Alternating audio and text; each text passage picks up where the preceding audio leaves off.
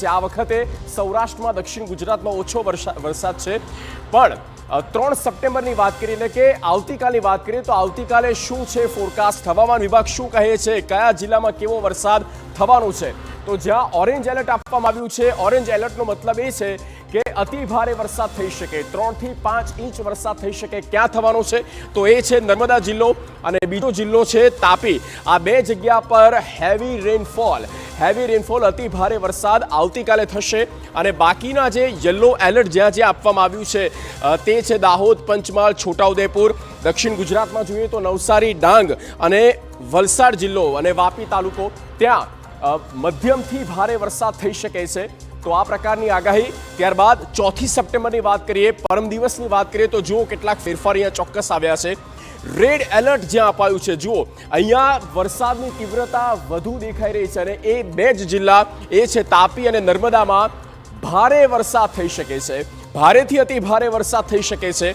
અને orange alert જ્યાં છે તેની વાત કરીએ તો છોટાઉદેપુર, ભરૂચ, સુરત, નવસારી, ડાંગ અને વલસાડ, ત્યાં અતિ ભારે વરસાદ થઈ શકે છે। બાકીના જ્યાં યલો કલર્સ આપણે દેખાઈ રહ્યા છે ત્યાં સામાન્યથી મધ્યમ વરસાદ થઈ શકે।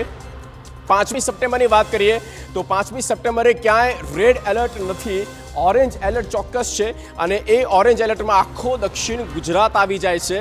અને દક્ષિણ ગુજરાતની સાથે આ તટીય જે જિલ્લા છે સૌરાષ્ટ્રના, તેમાં છે ભાવનગર, અમરેલી અને ત્યારબાદ બોટાદ જિલ્લો। આ 3 જિલ્લા છે જ્યાં અતિ ભારે વરસાદ થઈ શકે છે। તો આ પ્રકારની જે આગાહી છે તે 3 દિવસ દરમિયાન આપવામાં આવી છે। 6 સપ્ટેમ્બરની પણ અહીંયા આપણે વાત કરી લઈએ, કારણ કે 7 તારીખ સુધી, સૌથી પહેલા આપણે એ કહી દઈએ કે પરમ દિવસ એટલે કે 4 થી લઈને 7 તારીખ સુધી વરસાદ છે। 6 સપ્ટેમ્બરનું શું કહેવું છે તે પણ જોઈ લે તો 6 સપ્ટેમ્બરમાં જો સૌરાષ્ટ્રનો સુરેન્દ્રનગર જિલ્લો છે, અહીંયા અતિ ભારે વરસાદની પૂરેપૂરી શક્યતા સુરેન્દ્રનગરના લોકો માટે ખાસ એ નોંધપાત્ર બાબત છે 6 સપ્ટેમ્બરની।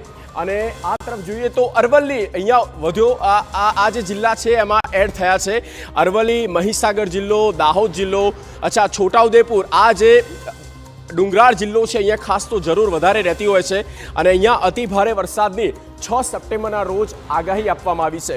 મધ્ય ગુજરાતમાં ખાસ કોઈ અસર દેખાતી નથી, કચ્છમાં અને સૌરાષ્ટ્રના જે અન્ય જિલ્લા છે તેમાં કોઈ ખાસ અસર દેખાતી નથી, પણ આ 3 દિવસ દરમિયાન લગભગ એવું લાગી રહ્યું છે કે દક્ષિણ ગુજરાત અને સૌરાષ્ટ્રના એ લો લાઇન એરિયા જે છે ત્યાં અતિ ભારે વરસાદ અને ત્યાંના જે લોકો છે એમને સાચવવાનું પણ રહેશે।